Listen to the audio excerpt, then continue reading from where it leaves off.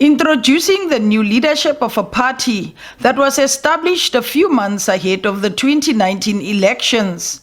Some of the elected leaders include one of the former homeless persons who's also gay and will be heading the LGBTQI+ division in the Good Party. When we did our last research on homelessness, the biggest growth in homelessness at the moment in South Africa is the LGBTQI+ youth.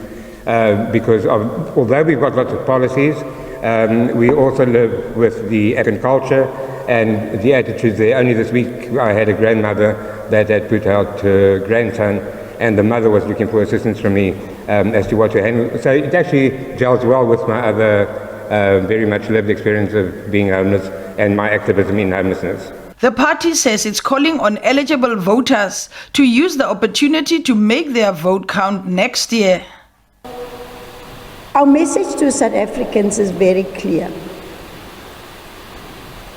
You now have an opportunity in 2024 to put value to your vote, to use your vote to bring about change. Because we live in a democracy, and the only way you can bring about change is that the current governments were voted in. And the only way you can get them out is to vote them out. There is no other way.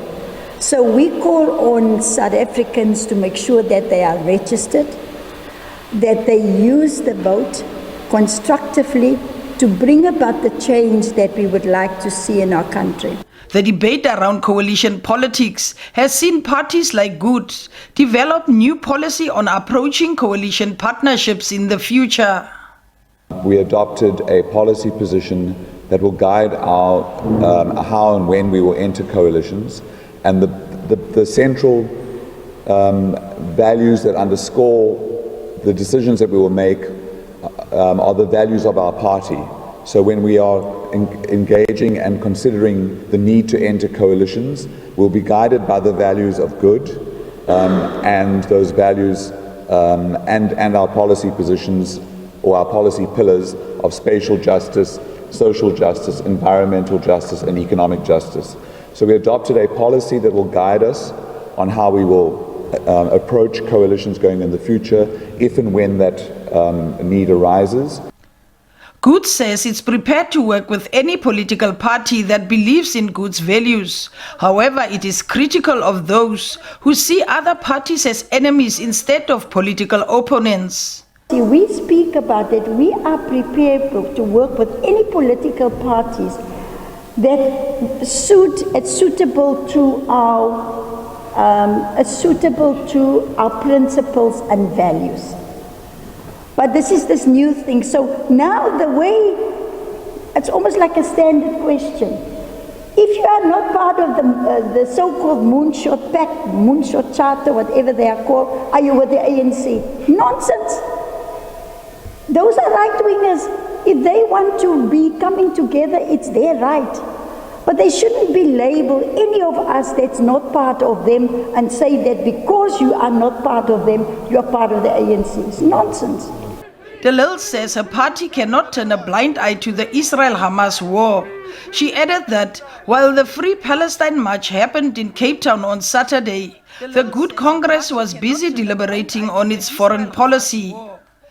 And we believe that the only path to peace now for the people of Israel and Palestine is for their leaders to be prevailed on to declare an unconditional ceasefire. The International Criminal Court must investigate and prosecute breaches of international law under the Rome Statute.